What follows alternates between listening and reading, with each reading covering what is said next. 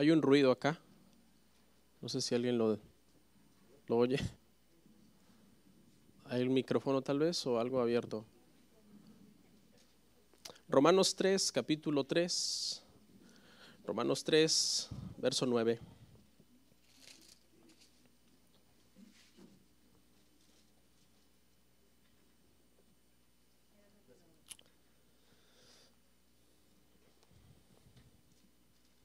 Romanos capítulo 3, versículo 9. Vamos a leer hasta el 20.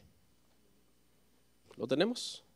Si no trajo su Biblia por X o por Y, ahí está en la pantalla. Lea conmigo. ¿Qué pues? ¿Somos nosotros mejores que ellos? En ninguna manera. Pues ya hemos acusado a judíos y a gentiles que todos están bajo pecado. Como está escrito, no hay justo ni aún uno. No hay quien entienda, no hay quien busque a Dios. Todos se desviaron, a una se hicieron inútiles. No hay quien haga lo bueno, no hay ni siquiera uno. Sepulcro abierto es su garganta, con su lengua engañan. Veneno de áspides hay debajo de sus labios. Su boca está llena de maldición y de amargura. Sus pies se apresuran para derramar sangre. Quebranto y desventura hay en sus caminos, y no conocieron camino de paz. 18. No hay temor de Dios delante de sus ojos, pero sabemos que todo lo que la ley dice, lo dice a los que están bajo la ley, para que toda boca se cierre y todo el mundo quede bajo el juicio de Dios.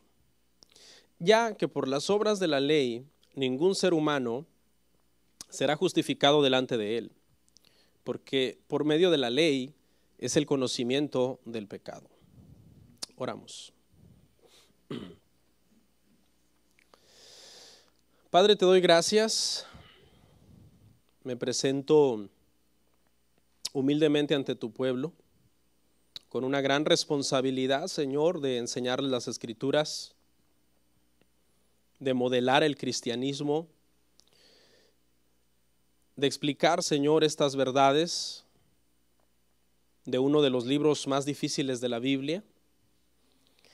Y es un privilegio que te agradezco, pero también es una responsabilidad que no quiero tomar a la ligera, Padre. Quiero hacerlo lo mejor que pueda, pero necesito de tu ayuda, Señor, para que tú abras el corazón, la mente de cada persona y atienda al mensaje de este día. Te lo pido en el nombre de Jesús. Amén. Pueden sentarse, hermanos.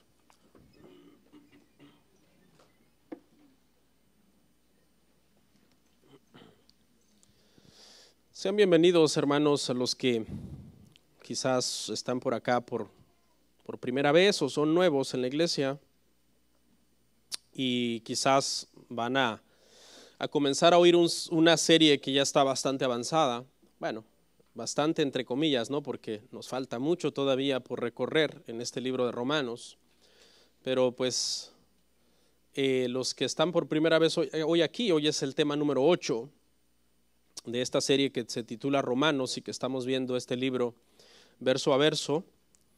Entonces, lo que vamos a hacer es sencillo, vamos a hacer una exposición exegética de este pasaje, es decir, vamos a explicar estos versículos y a tratar de entender qué significan, por qué se escribieron y ver el contenido espiritual para nuestras vidas. Estamos en el capítulo 3 ya. Todos estos temas son bien importantes, hermano. El libro de Romanos es un libro teológico, es un libro doctrinal y es un libro muy importante para todos los creyentes que somos, ¿verdad?, protestantes, ya que este fue el libro que se usó en el siglo XVI, fue el libro que el Señor le plació usar para que viniera la reforma. Amén. El tema del día de hoy, hermanos, en pocas palabras, después de leer todos los versos y que vamos a analizarlo uno por uno, en el tema del día de hoy lo que Pablo se propone es hablar sobre la culpabilidad de todos los hombres. Todos los hombres en la tierra son culpables. Culpables de pecado ante Dios. Y esto obviamente genera una situación pues muy difícil para todos los seres humanos. Dice que tanto judíos como gentiles, él ya demostró, ya lo vimos en el capítulo 1, capítulo 2, que tanto los judíos como los gentiles son pecadores. De eso se trata el capítulo 1. En el capítulo 1, Pablo hace una acusación a los gentiles. Dice, ustedes no tienen excusa porque hay una creación que da testimonio que hay un creador, hay una ley de la conciencia que está en ustedes y que los acusa de pecado. Y todo va bien, pero en el capítulo 2 le dice a los judíos, y ustedes también. Ellos dicen, ¿por qué nosotros? Y entonces Pablo comienza a desarrollar la tesis de que porque nunca Dios ha justificado a un hombre por las demandas de la ley, sino que siempre desde los tiempos de Abraham Dios ha justificado al pecador por medio de la fe. Y entonces en esos dos capítulos Pablo demuestra que todo mundo es culpable de pecado. En el tema pasado, la semana anterior, estuvimos hablando acerca de las ventajas de ser judíos, porque entonces los judíos protestaron y dijeron, bueno, pero entonces ¿qué ventaja tiene ser judío? Yo no pedí ser judío. Si tú dices que tanto los paganos están condenados y también nosotros los judíos, nosotros pensábamos que por ser judíos no estábamos condenados, porque de nosotros es la ley, los profetas y los patriarcas y muchas cosas. Y ese tema fue muy interesante porque nos ayudó a entender que en sí ser judío tiene muchas ventajas porque son el pueblo de Dios, pero nunca fue el medio de salvación el tomar tu herencia, tu sangre, o el conocimiento de la ley, o el ritual de la circuncisión. Nunca se usó como un medio para salvación. Entonces, el día de hoy, hermanos, vamos a hablar acerca de esta culpabilidad. No importa si eres pagano, moral o inmoral, no importa si es judío, moral o inmoral, dice, todos están destituidos de la gloria de Dios. Y no hay justo aún ni siquiera uno. Ahora, hablar este tema, hermano, en estos días es difícil. Es difícil porque la gente por lo general se cree buena. Si usted le pregunta a un impío, cuando hablo de un impío, hablo de alguien que no es creyente, que no es nacido de nuevo. Y si usted le pregunta, oiga, ¿usted cree que usted merece ir al infierno? Esa persona, por lo general, el 99.9% diría yo, te va a decir que no, que él no merece ir al infierno. Y si le dices, ¿por qué usted no merece ir al infierno? Si tú le preguntas, él te va a comenzar a enumerar muchas cosas buenas que de acuerdo a su postura personal él tiene y que no sería justo que se perdiera porque dice, nunca he adulterado, soy un buen padre, pago mis impuestos, soy una buena persona en general en la sociedad, y te comienzan a relatar sus buenas obras. Entonces la gente básicamente las personas se creen buenos por naturaleza. Pero el pasaje del día de hoy, hermano, nos enseña, escuche, que por naturaleza, desde el vientre, desde que una persona nace básicamente siendo malvada. Entonces este mensaje, hermano, no es un mensaje popular.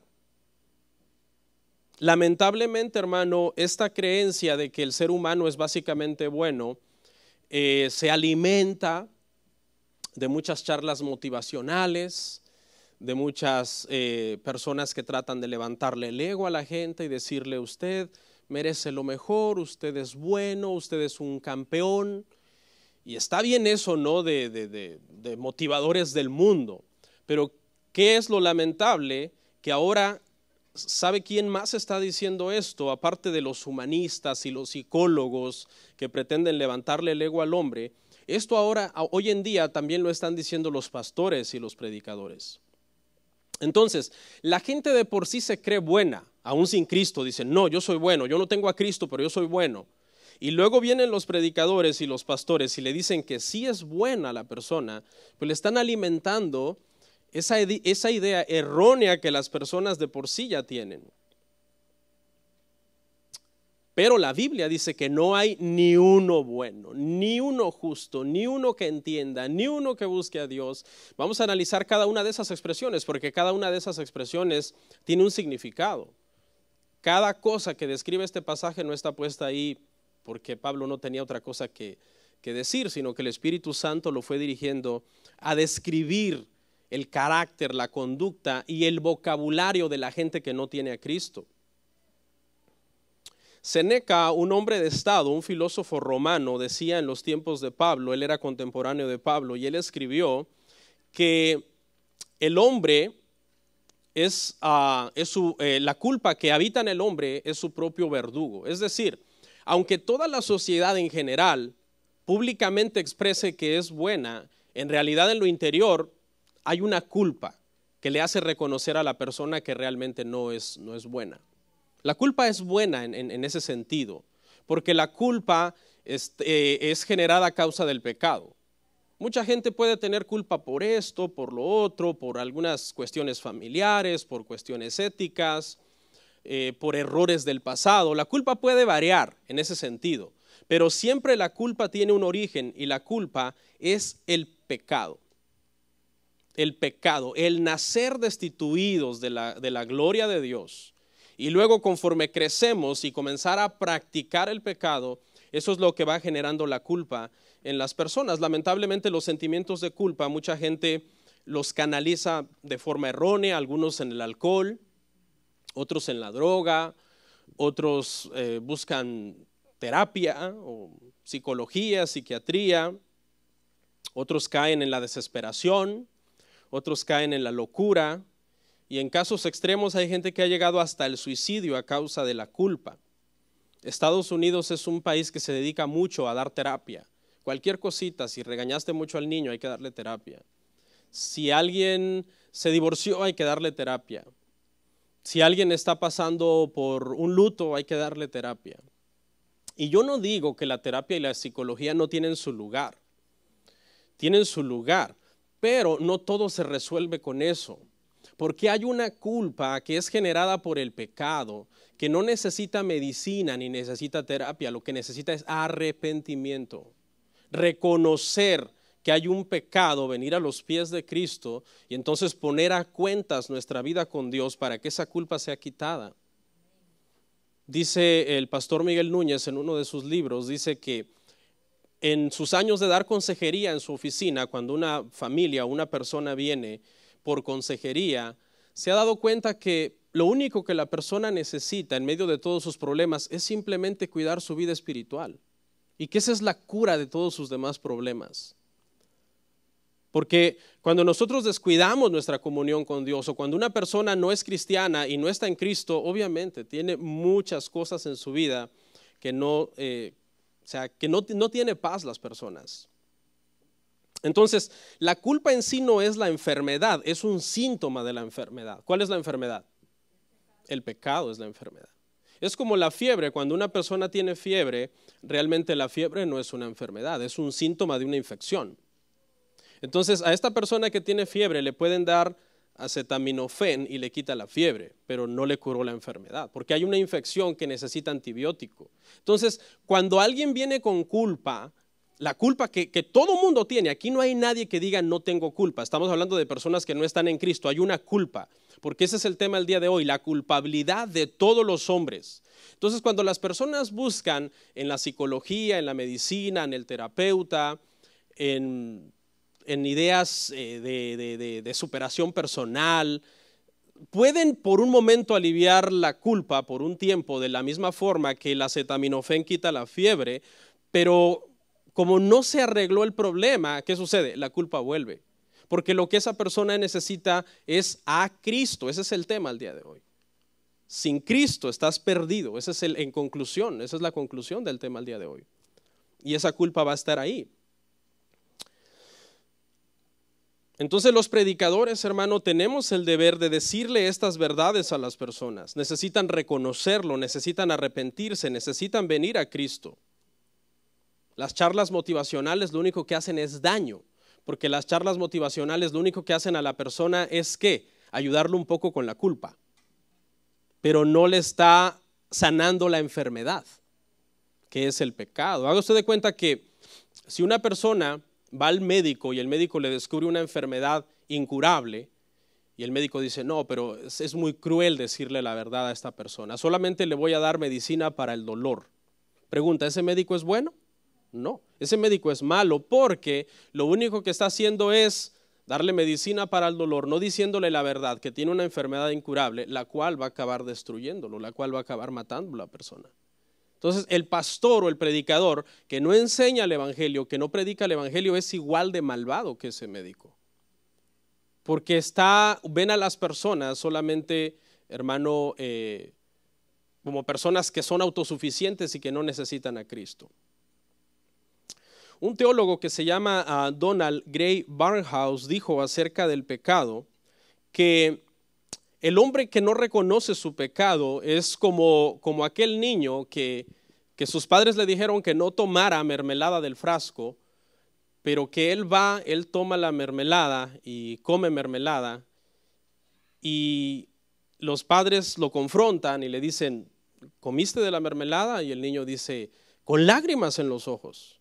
No, papi, mami, no comí. Pero lo que él no sabe es que en el proceso de abrir el frasco se le cayó una gota de mermelada que él no ve, porque está justo abajo de su barbilla en su camisa. Y él no la ve, él se examina y dice, no me van a descubrir, pero hay una gota aquí. Y entonces sus padres lo están confrontando, pero sus padres están viendo esa gota desde el principio, esa mancha de mermelada ahí. Entonces así es el hombre que porque se crea moral, diga, yo no soy pecador. Quiere negar un pecado que quizás para él no es obvio porque no lo puede ver, porque hay cosas que se han de discernir espiritualmente y no las entiende. Vamos a ver ese verso conforme avancemos. Pero ¿qué pasa con Dios? Dios ve perfectamente el pecado. El pasaje del día de hoy es una descripción de cómo Dios en su omnisciencia ve cada pecado de cada persona impía. Cada detalle público, privado, de acción, de omisión, de palabra, de pensamiento, cada pecado, grande o pequeño, el Señor lo sabe todo. Vamos a analizar entonces, hermanos, Romanos 3, del 9 al 20, y ya dijimos que el tema es la culpabilidad del hombre. Quise hacer una pequeña intro hablando de la culpabilidad para que entendamos, y esa culpabilidad es causada por el pecado. Mientras desglosamos, hermanos, este pasaje, básicamente vamos a ver tres cosas en este pasaje. Tres cosas. Número uno, la denuncia. Hay una denuncia que Dios está haciendo del pecador. ¿Okay? Dios hace una denuncia contra el pecador, como una demanda. ¿Okay? Esa es la primera parte que vamos a ver. Es como cuando alguien comete un crimen. No sé si supieron lo que pasó en México, esta horrible tragedia de esta niña Fátima que se hizo viral, todo eso en todo el mundo. Entonces, la tía de los asesinos los denunció. Ella lo señaló, dijo, ellos están en tal lado, ellos me confesaron que ellos lo hicieron. Esa es una denuncia. ¿Okay? Y eso es lo que vamos a ver en la primera parte. Hay una denuncia de parte de Dios contra el pecador. Dios está lanzando una acusación contra el pecador. La segunda parte, vamos a ver ya la acusación formal. La acusación formal consiste en los cargos. ¿Okay? Ahorita estas personas ya los denunciaron, ya los agarraron, pero ahora van a empezar a imputarle los cargos. Secuestro, ¿okay? Homicidio, abuso de un cuerpo, qué sé yo, violación, o sea, y van a comenzar a surgir todos los cargos y cada cargo es obviamente mayores años de condena, mayor condenación, mayor juicio. Y va a haber una parte en este sermón donde vamos a ver de qué Dios nos está acusando o de qué Dios está acusando. Aunque estos pecados son generalmente del impío, a veces nosotros los cristianos podemos caer ahí. La única ventaja es que nosotros ya hemos sido justificados, gracias a Dios. Pero hay una acusación formal y en esa parte vamos a ver los cargos. Y luego, por último, vamos a ver el motivo y el veredicto, es un solo punto, el motivo y el veredicto. ¿Por qué esta gente hace todo esto que este pasaje describe? Hay un motivo. Y luego el veredicto final del Señor, que este es el juicio contra estas personas. Verso 9, Romanos 3:9.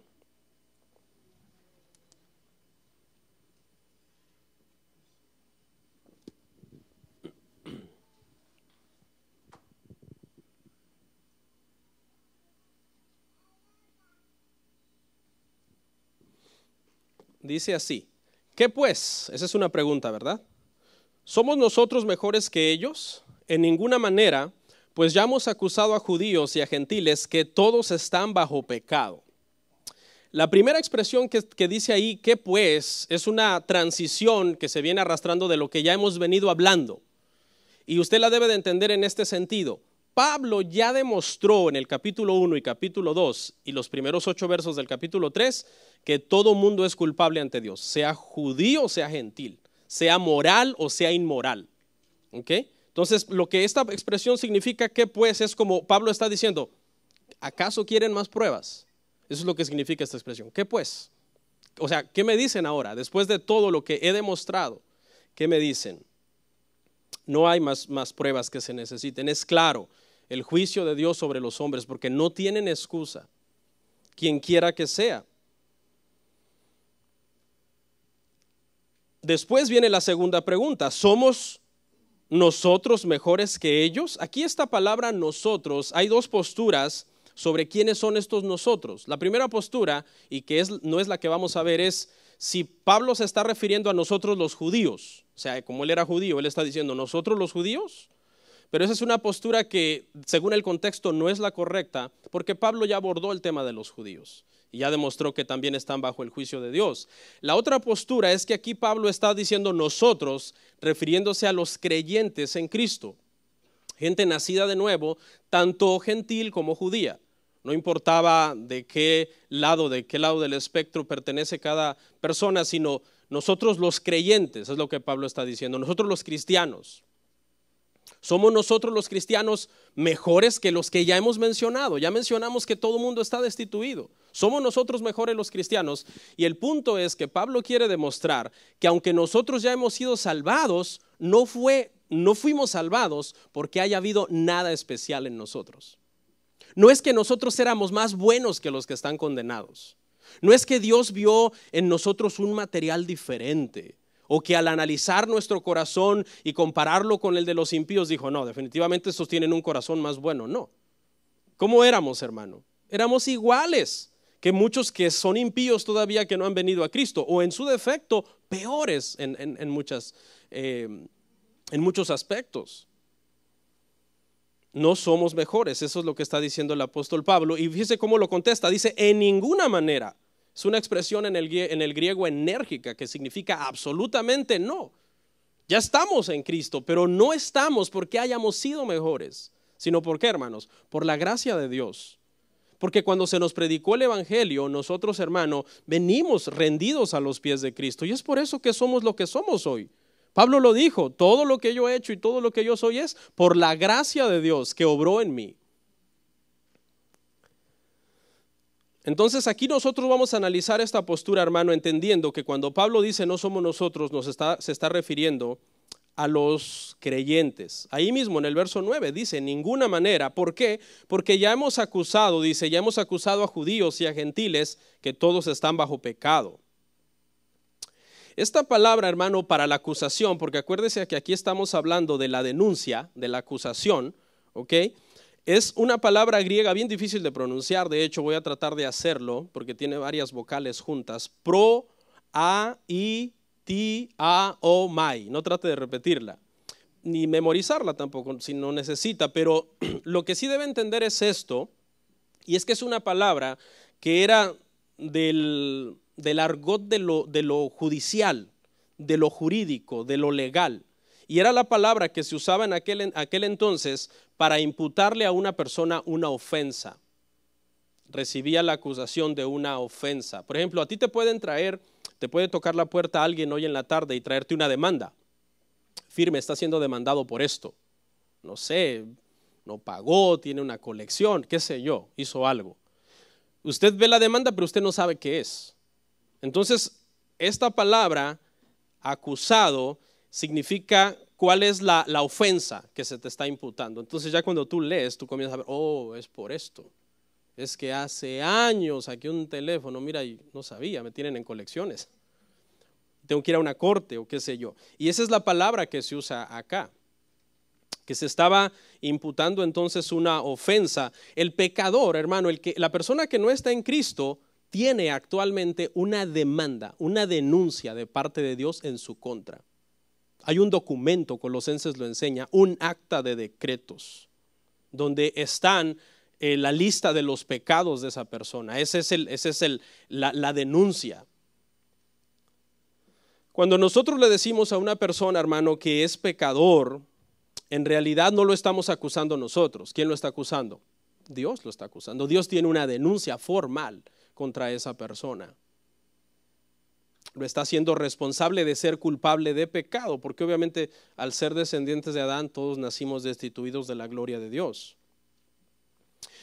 A veces la gente se molesta que uno le diga lo que hizo es pecado o de acuerdo a la palabra eso está mal, pero en realidad, hermano, es nuestro trabajo como voceros, como embajadores de Cristo, decirle la verdad a las personas, porque no somos nosotros los que lo estamos acusando, es la palabra de Dios la que está acusando a las personas. La clásica respuesta que te dicen los impíos o los tibios: ay, usted no conoce mi corazón. Claro que yo no conozco tu corazón, pero ¿no te da miedo que el que te puede castigar sí lo conoce? Porque yo no te puedo castigar, pero el que te va a castigar sí lo conoce. Y además yo no necesito conocer tu corazón a fondo. ¿Por qué yo no necesito conocer tu corazón a fondo? Porque de la abundancia de tu corazón habla tu boca. Al hablar con una persona uno sabe lo que hay en su corazón, si hay rebeldía, si hay obstinación, si hay, hermano, si no está orando, si no está leyendo las escrituras, si no es un cristiano maduro. Te das cuenta que no es maduro por las inmadureces que dice o la forma de pensar tan infantil que tiene cuando tiene 20 años en Cristo. Le dices perdona, dice no, yo no perdono. ¿What? Hermanos, la Biblia es clara, la Biblia dice que si tú no amas a tu hermano, tú no amas a Dios. Porque dice que el que ama a Dios y odia a su hermano es un mentiroso. Es bien fácil, hermano. Es bien fácil de entender eso. Pregúntese, ¿cuánto ama usted a Dios? ¿Cuánto te amo, Señor? Bueno, la respuesta está en cuánto usted ama a su hermano. No, pero es que a Dios sí lo amo, a mi hermano no. No, es que la Biblia no dice eso. La Biblia dice, demuéstrame cuánto me amas amando a tu hermano.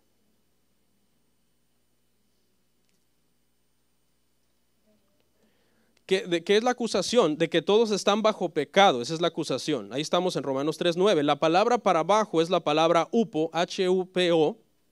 Se refiere a estar bajo algo que tiene autoridad y control de alguien. Es algo así como un yugo o un dominio. Cuando Pablo dijo esto, obviamente para los judíos morales era una ofensa porque ellos tenían un alto concepto de justicia.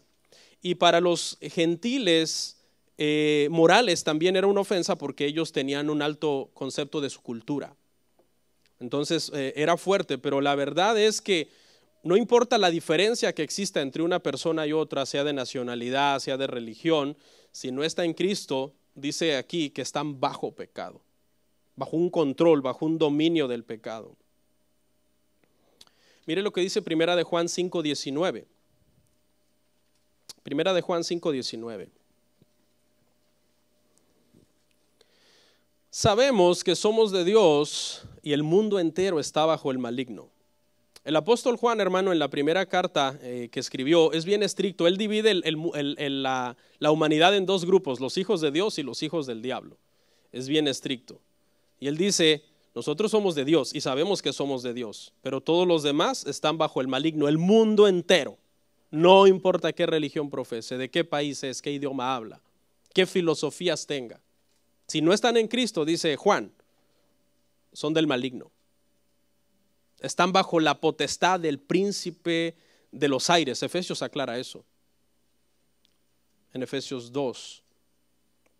Entonces hay una denuncia, hermano, esa es la primera parte. Hay una denuncia de parte de Dios en contra del pecador, del impío, del que no está en Cristo. Y es una acusación gravísima, porque las acusaciones, hermano, y las denuncias de esta tierra, ¿cómo te puedes escapar de ellas? Muriéndote. Escapas de todo, cualquier demanda, cualquier denuncia que te hagan, deuda, child support, homicidio, cualquier acusación, cuando mueras, se acabó. Pero esta denuncia es gravísima, porque ¿qué crees? Que cuando mueras apenas te van a empezar a cobrar. Ya, ahí van a empezar las cuotas, los pagos y todo. Ahí apenas va a empezar a entrar en operación las acusaciones que Dios ha hecho. Entonces es muy grave esta denuncia. Y por eso, hermanos, hay que predicarle el evangelio a las personas. Hay que advertirles. Hay que enseñarles que Cristo es la respuesta. Que vengan al evangelio, que escapen, porque hay una demanda muy grave contra ellos, la cual no pueden escapar ni con la muerte. En la parte 2, hermano, en la cual entramos ahora, vamos a ver entonces la acusación formal. Ya vimos que hay una denuncia. Todos los hombres son culpables, todos los hombres son pecadores si no están en Cristo, están perdidos. Hay una denuncia, una demanda contra ellos. Ahora viene y en esta parte que vamos a ver, lo que el Señor hace es presentar los cargos. Son 13 cargos los que vamos a ver acá. 13 cargos, cargo 1, cargo 2, hasta que lleguemos al 13, de lo que el Señor está acusando a aquellos que no están en Cristo. El primer grupo de cargos están dirigidos al carácter, el primer grupo. Romanos 3, 10 al 12. Romanos 3, 10 al 12. Leamos ahí, hermanos. Como está escrito, no hay justo ni aun uno. No hay quien entienda, no hay quien busque a Dios. Todos se desviaron, a una se hicieron inútiles, no hay quien haga lo bueno, no hay ni siquiera uno. Ahí está. Aquí en esta parte vamos a ver 6 cargos de los 13. ¿Ok? La expresión con la que comienza es como está escrito. Jesús usó mucho esa expresión. Escrito está, pero también la usó el diablo, ¿no? Sacándola de contexto y tratando de engañar a Jesús. Mire lo que quería hacer, ¿no? Porque escrito está, pero el Señor venía y corregía lo que él estaba citando fuera de contexto. Entonces es muy importante, hermano, que nosotros siempre nos basemos en lo que está escrito, en lo que el Señor ha dejado en su palabra para nosotros. Es muy importante. Escrito está, no hay ni aun justo. Todo esto ya había sido revelado desde el Antiguo Testamento.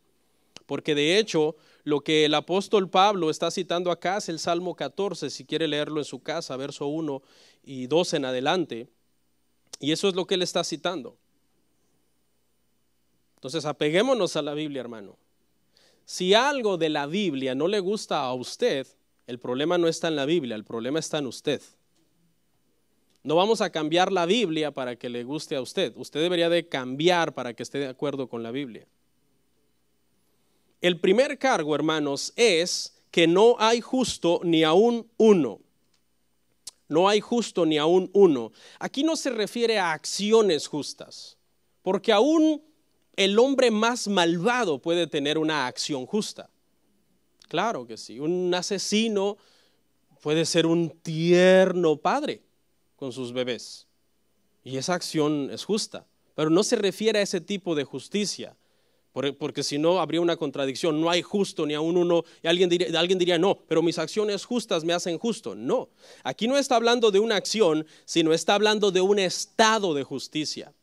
¿Ok? Un estado de justicia. El único hombre, hermanos, justo que ha existido en toda la historia de la humanidad es Jesucristo. Porque estamos hablando de un estado de perfección. Él guardó completamente la ley, pero no solamente de forma externa, sino que nunca hubo en su corazón ni en su pensamiento pecado. ¿Sí entiende? Por eso es que nosotros somos salvos cuando la justicia de Él nos es aplicada a nosotros, porque esa es la justicia perfecta. Por eso es que la salvación no es por las obras de justicia que tú hagas. ¿Por qué? Porque la Biblia dice que no hay ninguno justo. O sea, esas obras o acciones de justicia no te hacen justo delante de Dios.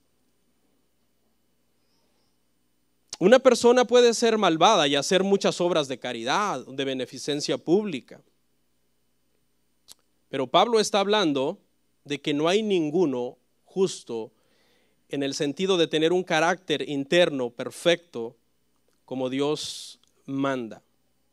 No hay ninguna acción de justicia en el ser humano que satisfaga la justicia de Dios. La justicia de Dios es una justicia perfecta, porque se imagina, si comparamos nuestras acciones justas con la justicia de Dios, Nuestras acciones justas siempre están manchadas por algo, porque ¿quién está haciendo la acción justa? Un pecador.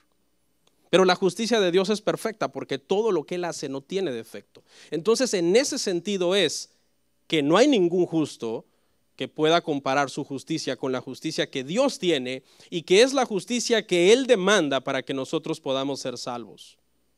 ¿Cuál es la justicia que exige Dios? Una justicia como la de Cristo. Esa es la justicia que Dios exige para ser salvo. ¿Quieres que yo te llame justo? Dice Dios. Yo necesito que me presentes una justicia como la de mi Hijo. Y eso es imposible, hermanos. Si no fuera porque en la cruz nuestros pecados fueron puestos sobre sus hombros y su justicia fue aplicada a nuestra cuenta, nadie se salvaría. Entonces aquí, hermanos, en este primer cargo, ningún hombre no creyente es justo en la tierra en la medida en que Cristo es justo.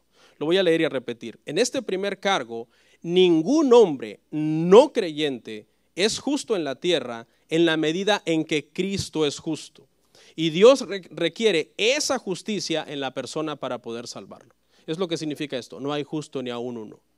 No es una acción, es un estado. Es una declaración donde Dios declara a una persona justo. El segundo cargo, hermanos, es ahí en el verso 11 y dice, no hay quien entienda. Es una acusación de ignorancia espiritual.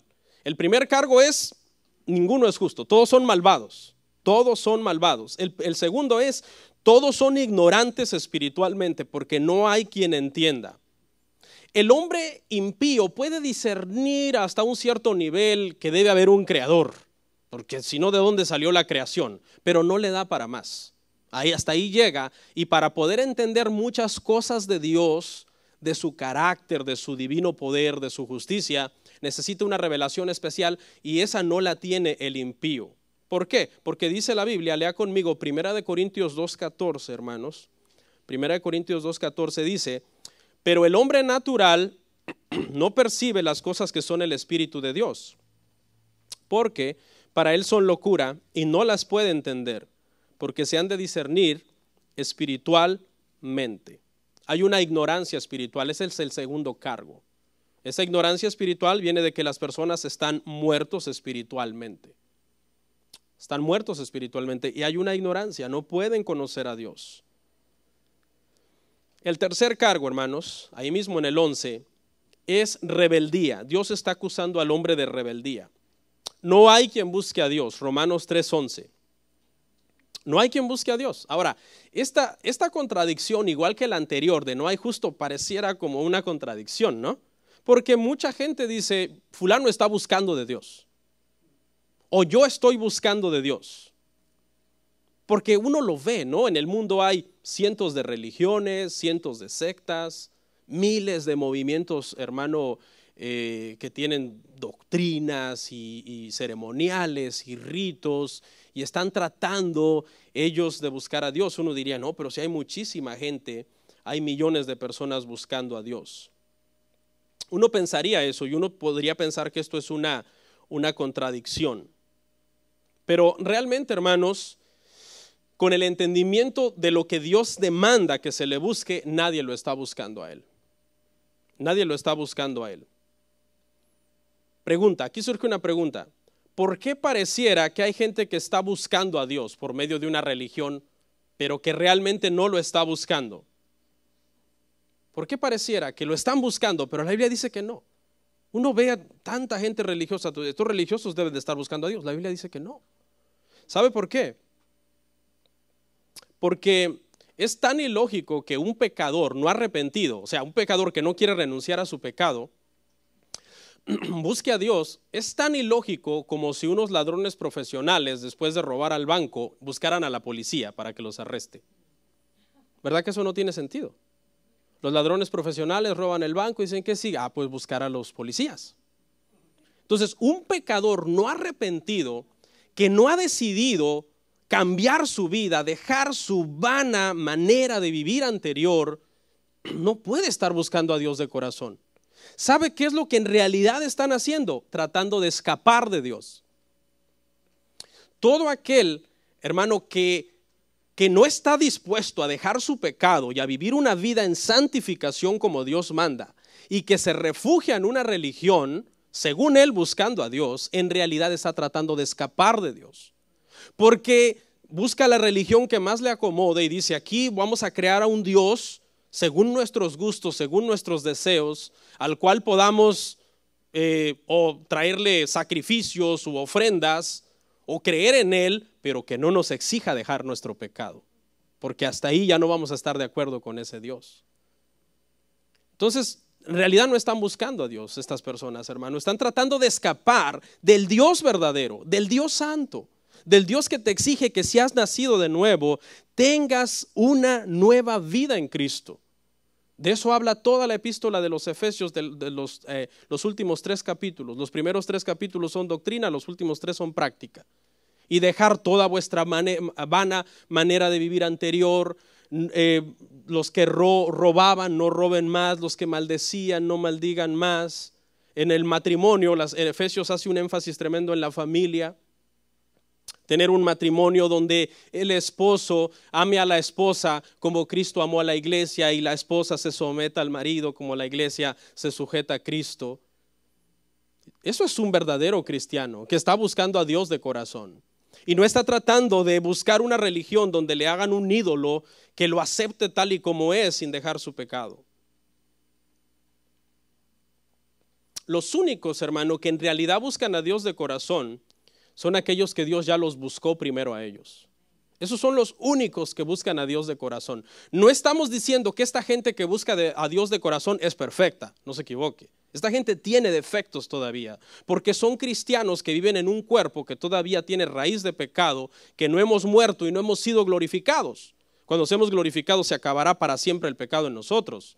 Pero estas personas sí están buscando a Dios de corazón porque Dios ya los encontró. Dios ya los llamó para que vengan a la salvación. Miren lo que dice Juan 6:44. Dice, ninguno puede venir a mí si el Padre que me envió no le trajere, y yo le resucitaré en el día postrero. Entonces, hermano, cada vez que vemos a una persona buscar a Dios de corazón, es porque en realidad Dios inició la búsqueda. Dios buscó, llamó, encontró, y ahora nosotros, el Padre nos ha traído a Cristo. Ahora nosotros buscamos a Dios de corazón, con sinceridad. Cuando pecamos hay un arrepentimiento, creemos la palabra que dice sed santos porque yo soy santo. No la tomamos a la ligera. Yo no sé si usted toma a la ligera ese verso, sed santos porque voy a hacer lo que yo quiera, de todos modos eso no aplica a mí. No, nosotros no tomamos a la ligera la palabra. El Espíritu Santo mora dentro de nosotros, redarguyéndonos, hermano, y contristándonos por todas aquellas cosas que hacemos que no están de acuerdo a la voluntad de Dios. ¿Ok?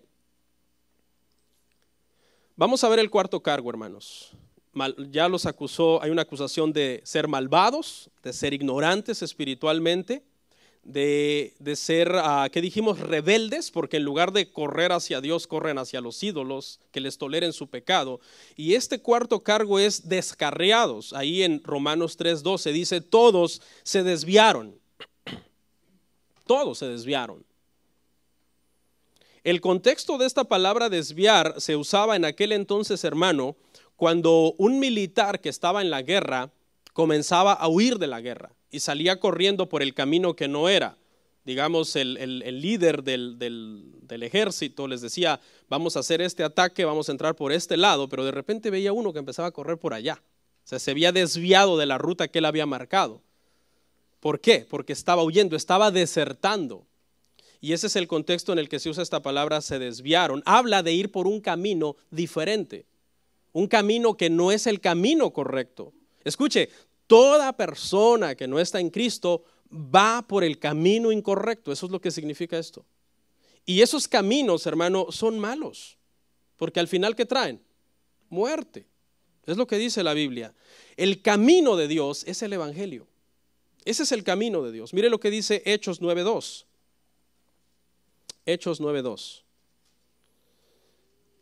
Le pidió cartas para las sinagogas de Damasco, a fin de que si hallase algunos hombres o mujeres de este camino, los trajese presos a Jerusalén.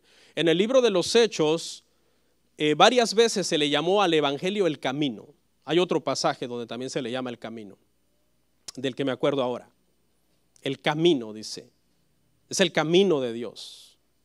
Es el camino verdadero, es el camino correcto. El evangelio actualmente, hermanos, es el camino de Dios para la salvación. A Dios le place que sea por medio de la predicación de la cruz de Cristo que las personas se salven. Se predica el evangelio, para unos es, dice, locura, ay no, eso no, pero para otros es ¿qué? Poder de Dios. Para los que se salvan es poder de Dios. El mismo mensaje, dos reacciones. El de uno que lo oye y se humilla y viene a los pies de Cristo, y el de otro que se burla y se mofa del evangelio de la cruz. Mire lo que dice Isaías 53:6. Todos nosotros nos descarriamos como ovejas, cada cual, se apartó por su camino, mas Jehová cargó en él el pecado de todos nosotros. Ahí está. Ahora, nosotros que antes estábamos descarriados, ¿verdad? Ya no estamos descarriados. ¿Por qué? Porque el pecado, ahora que estaba operando en nosotros, dice que lo llevó el Señor Jesucristo. En conclusión, el que no está en el evangelio está descarriado. Usamos esa palabra descarriado para cuando alguien anda muy mal, ¿verdad?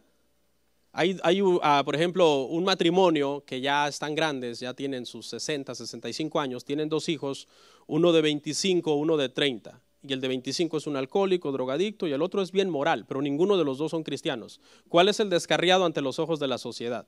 El drogadicto, alcohólico, ¿eh? A los ojos de Dios ambos están descarriados, porque no están en el evangelio. Ahora sí entendemos que el que es más moral, pues es bueno, ¿no? Y es un bien común para la sociedad, pero espiritualmente el que no está en el evangelio está descarriado. Va por el camino equivocado, va por un camino de perdición. En el quinto cargo, en el verso 12 ahí mismo, la acusación es de ser unos inútiles. Pero habla en este sentido, de no servir para un propósito X. Eso es lo que quiere decir acá. Se hicieron inútiles, a una se hicieron inútiles. Esta palabra inútiles en el original también se usaba para algo que se echaba a perder. Por ejemplo, cuando la ama de casa llegaba y iba a usar la leche para hacer queso o crema y veía que estaba rancia, utilizaba esta palabra. Se hizo inútil, ya no sirve. Otro aspecto también era para referirse a algo que no puede dar fruto. Veamos Juan 15:6. Juan 15:6. El que en mí no permanece será echado fuera como pámpano y se secará, y los recogen y los echan en el fuego y arden. La Biblia llama inútiles a todos los que no están en Cristo. ¿Por qué? Porque no sirven para cumplir los propósitos de Dios. Dios tiene propósitos. Dios te puso en esta tierra con un propósito. Tú naciste con un propósito. Dios te formó en el vientre de tu madre con un propósito. Pero si no vienes a Cristo, la Biblia dice que eres inútil. No sirves más que para ser echado fuera y quemado. Y eso habla del infierno. Y esa es la acusación. Ese es uno de los cargos en contra de los que no están en Cristo. El sexto es que no hay quien haga lo bueno, no hay ni siquiera uno. Ahora, acuérdese que ya dijimos hace un rato que hay gente que sí puede hacer lo bueno y aparentemente decir uno, esta persona es justa. Pero Dios dice que aún esas acciones buenas moralmente delante de los hombres no cumplen los estándares delante de Dios y de su santidad. Es decir, pueden haber dos personas, una más moral que otra, pero delante de Dios ambas personas sin Cristo están igual de perdidos.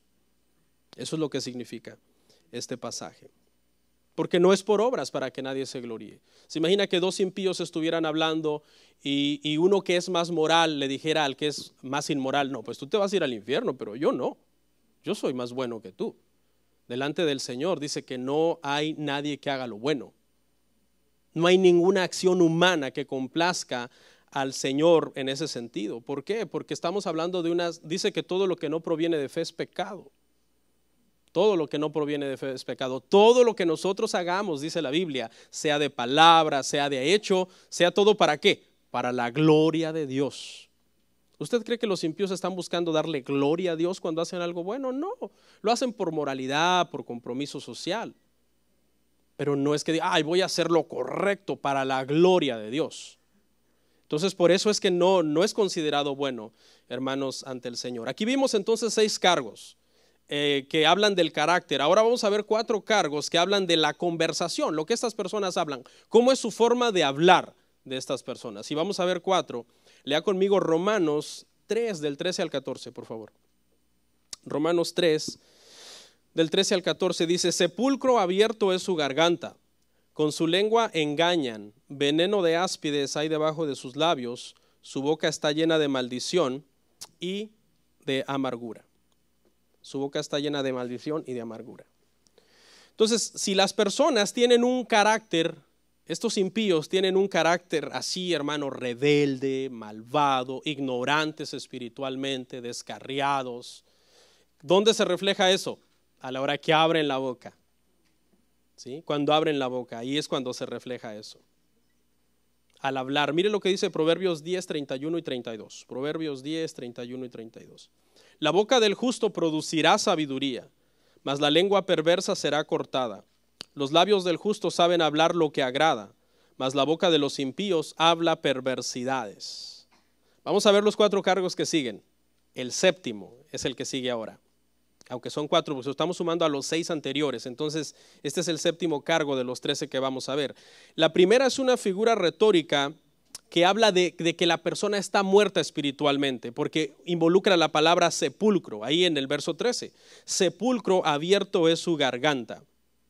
Y eso habla de que la gente está muerta espiritualmente, que por lo general estas personas hablan cosas inmundas, cosas mortecinas, que no hay nada de vida espiritual y de temor de Dios en lo que estas personas hablan. La figura es esta, porque es una expresión metafórica que uno la debe de entender metafóricamente, pero tiene una aplicación. Sepulcro abierto es su garganta. Cuando tú ves un sepulcro abierto, ¿qué es lo que tú estás viendo? Si ya obviamente la persona fue enterrada, pues estás viendo el cadáver, ¿no?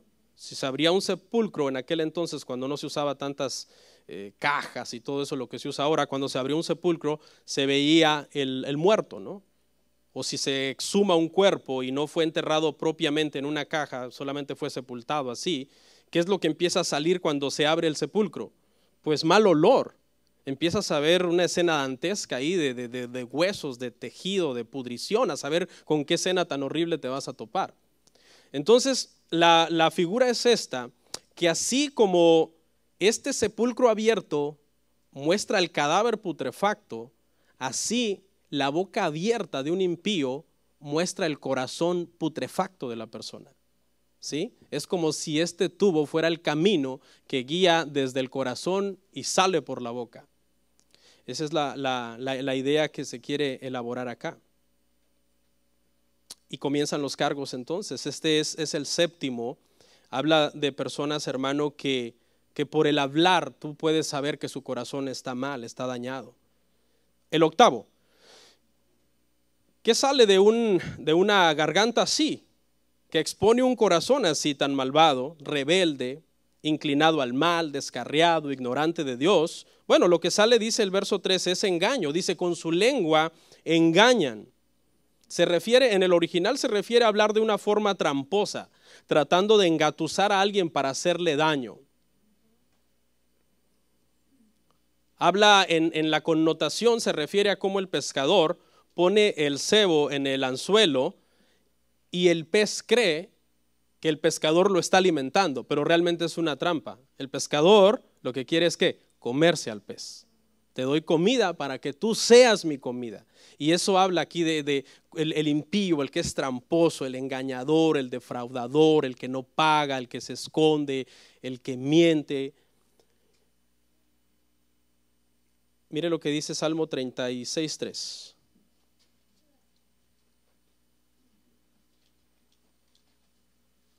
Las palabras de su boca son iniquidad y fraude. Ha dejado de ser cuerdo y de hacer el bien. Entonces, por lo general, o sea, hay impíos más morales unos que otros, ¿no?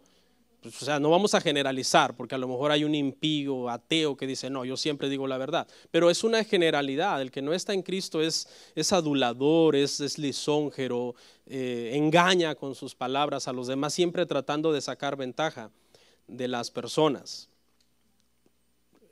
La marca contraria o distintiva de un cristiano, contraria a esta, ¿cuál debería de ser, hermano? Hablar siempre la verdad. Entonces, si tenemos por ahí un cristiano que es un mitómano, o sea, un adicto a mentir, que ya no mienten ya compulsivamente de una forma automática, o sea, ya uno dice, hay un problema. Así que tenga cuidado con eso, hermano, porque la Biblia nos manda a nosotros los cristianos, dice, hablad cada uno de vosotros verdad con vuestros prójimos. Tenemos que aprender, no, es que hay mentiras que son piadosas, hay mentiras que son color de rosa. Sí, pero quizás practicar esas mentiras de una forma regular es lo que te lleva después a decir mentiras mayores, porque muchas veces para tapar una mentira pequeña tienes que decir una mentira más grande. En cosas tan sencillas como voy a ir a su casa hoy, hermano, a tal hora, cumpla. Voy a hacer esto en la iglesia, cumpla. Llegas a hacer tus impuestos con el contador y te dice, aquí le arreglo para que no le cobren. No, pero es que le van a cobrar mucho, pero es lo justo. Yo soy hijo de Dios. Que le vamos a dar las estampillas y el wig y el no sé qué, pero si gana tanto, no, a mentir. No mienta. En nada, hermano, no mienta en nada. En todo sea de frente y verdadero. Porque esa es una característica de un hijo de Dios. Podemos ser puestos en una posición difícil y tenemos que siempre decir la verdad. El noveno cargo, hermanos, es una naturaleza tóxica en las palabras del impío, en donde dice en el verso 13, veneno de áspid hay debajo de sus labios. El áspid era una serpiente muy astuta, muy sigilosa, que tiene los colmillos, son colmillos retráctiles, y cuando lanza el ataque, los colmillos salen disparados y entonces hace una presión en un saco de veneno que está instalado en la parte interna de la cavidad y inyecta el veneno. Habla como de trampa, habla de hipocresía. Jesús asoció mucho a los fariseos, que eran muy hipócritas, con víboras, con serpientes.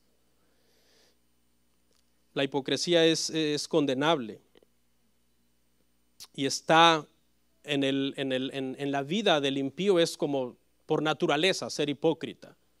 No deberíamos los cristianos de ser hipócritas, ¿no? Deberíamos ser sinceros siempre. Pero lamentablemente hay trigo en las iglesias, también hay cizaña. Hay ovejas y también hay cabras.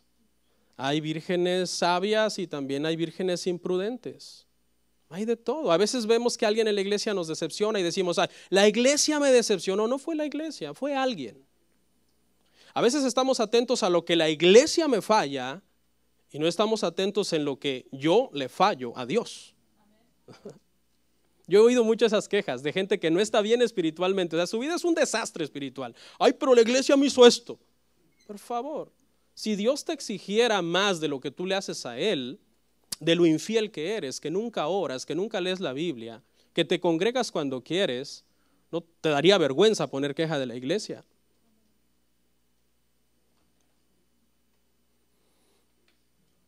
Hermanos, el evangelio no es fácil. El evangelio es un camino difícil. Pero ¿sabe qué camino es más difícil? Un camino sin Cristo. Ese es el camino más difícil. El evangelio no es un lecho de rosas, pero ¿qué ha prometido el Señor? Yo estaré con ustedes todos los días hasta el fin del mundo. Tenemos el Espíritu Santo dentro de nosotros que nos guía a toda verdad, a toda justicia, nos redarguye, nos enseña. Está con nosotros. El décimo, hermanos. El décimo cargo dice que están llenos de maldición y de amargura. Verso 14, Romanos 13:14. La palabra para maldición es la palabra griega ara y se refiere a expresiones públicas para difamar a alguien. Por eso debemos tener mucho cuidado, hermano, cuando nosotros nos ponemos a hablar de más. Nos ponemos a decir cosas que no nos competen, que no nos constan. Y a meter, yo le doy un consejo, cuando usted tenga un problema, yo siempre lo he dicho, cuando hay un problema entre A y B, A no vaya a contárselo a C. A vaya a hablar con B y arreglen su problema.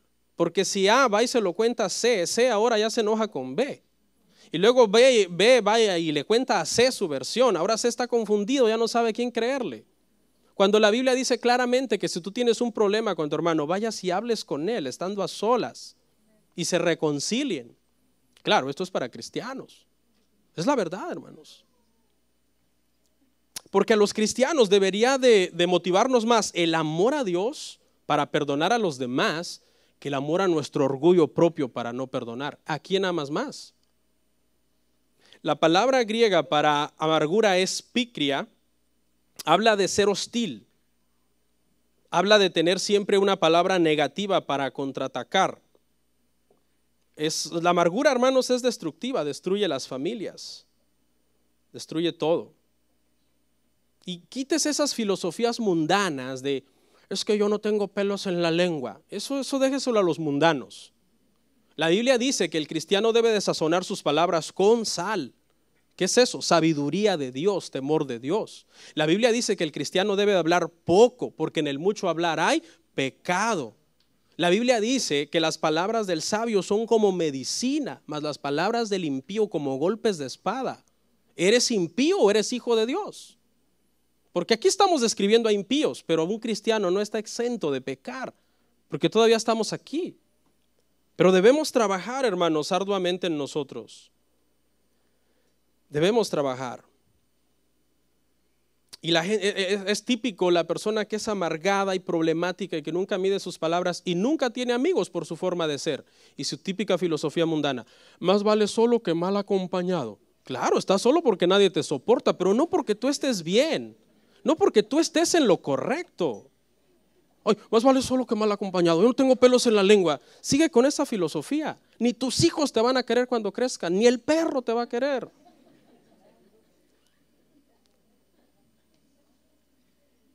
Esto es para cristianos, ¿eh? Este mensaje es para cristianos. Si usted dice, no, esta palabra me molesta, es que usted es un rebelde.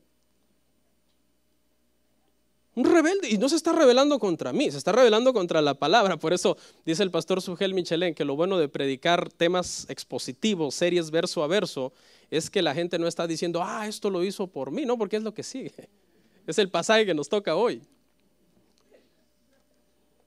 Y de eso habla. El noveno, hermanos. Ya vimos entonces 4 cargos aquí de la forma de hablar de los impíos. Ahora veamos 3 cargos más, los últimos, llevamos 10 hasta ahora, de la conducta de los acusados. ¿Cuál es la conducta de los acusados? Lea conmigo Romanos 3, 15 al 17.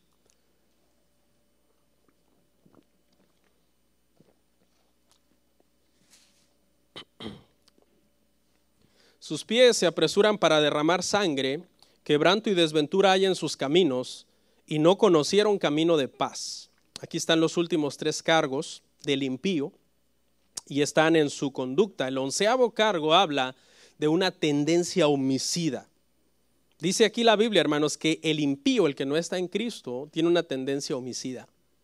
Es grave esta acusación. La frase dice, sus pies se apresuran para derramar sangre.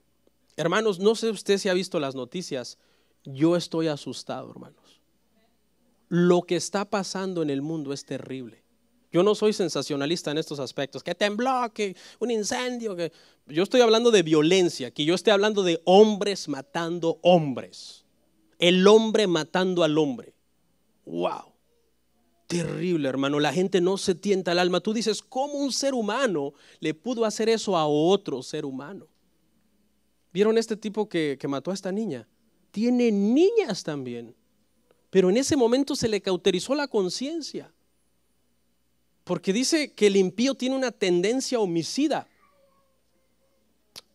Tiene una tendencia homicida. Es una acusación y un cargo, hermanos, bien fuerte. Un médico, hermanos, que sabe de los niveles de tasas de mortandad, dijo que hoy día es más fácil que sea asesinada una persona que nació en la década de los 80. No me gustó esta estadística porque yo nací en el 80, pero dice este médico que hoy día es más fácil que sea asesinada una persona que nació en la década de los 80 que un soldado americano que combatió en la Segunda Guerra Mundial. O sea, las posibilidades de muerte son más elevadas hoy para esta comunidad de gente que nació en los 80 que para un soldado que fue a la Segunda Guerra Mundial. Ir ahí corrías menos riesgo que hoy. Así está, hermano, de elevado, hermano, la tasa de mortandad, los asesinatos, hermano, las violaciones, los secuestros, los niños desaparecidos, donde el hombre llega, hermano, a un extremo de violar, comerse los restos de las personas, canibalismo, necrofilia, sexo con los cuerpos muertos, cosas que dan hasta vergüenza decirlas en público. Pero así está de elevado el nivel, hermano, de maldad en el impío. Entonces yo estoy exento de matar. No, la Biblia dice que si tú te enojas con tu hermano y odias a tu hermano, es como si lo mataras. Y no descartemos que si te enojas a un extremo, pienses hasta en matarlo. Sí, no se ría, es en serio. Sí, porque es que el odio, la amargura, la maldad puede llegar a un extremo terrible, hermano. Porque dice que esa es una tendencia del impío, pero ningún cristiano está exento, hermano, de dejarse llevar por una tendencia a un pecado. Algunos impíos dirán, yo no he matado a nadie, pero hay una tendencia, hay una semilla, hay un potencial. El hecho de que usted no haya matado a nadie o que un impío no haya matado a nadie no significa que no hay un potencial ahí. El 12º cargo, hermanos, una tendencia destructiva. Está representada por la expresión quebranto y desventura hay en sus caminos, en el verso 16. Habla de que el hombre, la expresión literal es de que el hombre tiene una tendencia a romper todo lo que agarra. El hombre impío rompe el matrimonio, destruye el corazón de su esposa, destruye el corazón de su esposo, traiciona, es infiel, abandona a sus hijos, rompe, destroza todo. Y podría ser aplicado también literalmente, ¿no? A aquellos que matan de una forma sádica. Es una acusación muy delicada. 13º cargo es en el verso 17, dice que no tienen paz, no conocieron camino de paz. No se refiere a paz interior, ¿no? La cual alguna persona muy malvada, yo he escuchado a gente que le dicen, ¿y estás tranquilo que mataste a tu papá? Sí. Si me sueltan lo vuelvo a matar. No se refiere a ese tipo de paz interior que puede ser una paz malsana, basada por una conciencia cauterizada. Se refiere a que es gente que nunca tiene paz, es gente inestable, siempre anda de arriba abajo, destruye acá, destruye allá. Todo donde esa persona llegue, su presencia no son buenas noticias. Tiene una tendencia destructiva, tóxica en su forma de hablar, en su forma de ser, en su forma de pensar, en sus acciones. Terrible, terrible, hermanos. Les deseo en el nombre del Señor que ustedes no tengan matrimonios tóxicos, porque eso es horrible, de acuerdo a esta descripción. Vivir con alguien así, hermano, tóxico, enfermo. Y terminamos, hermanos, para descanso de sus almas. Leemos el verso 18 al 20, Mateo 3, 18 al 20.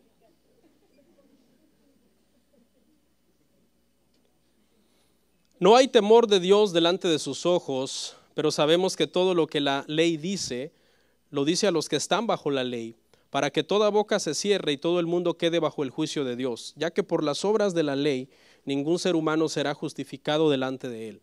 Porque por medio de la ley es el conocimiento del pecado. Aquí narra dos cosas. En el verso 18 habla del motivo. ¿Por qué un hombre impío es así?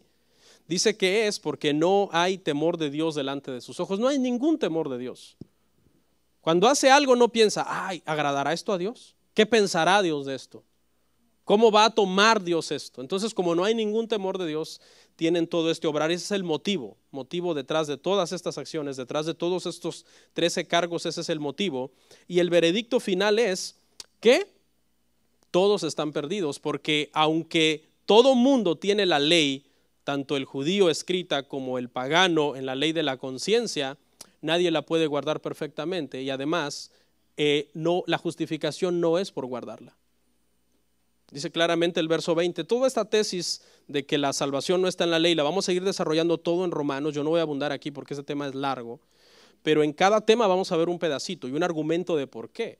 Vimos en un tema pasado que los judíos no eran salvos y Pablo se lo demostró porque Dios nunca había tomado los 3 aspectos que ellos tomaban para ser salvos, que era su herencia judía, su conocimiento de la ley y su circuncisión. Y Pablo dijo, no, eso nunca ha sido lo que realmente justifica a una persona delante de Dios. Abraham fue justificado por fe. Cuando lleguemos al capítulo 4 y 5 vamos a hablar de Abraham, de David, y todo eso se va a ir aclarando mejor. Pero el veredicto final es este: todo mundo que no está en Cristo está condenado a la perdición eterna.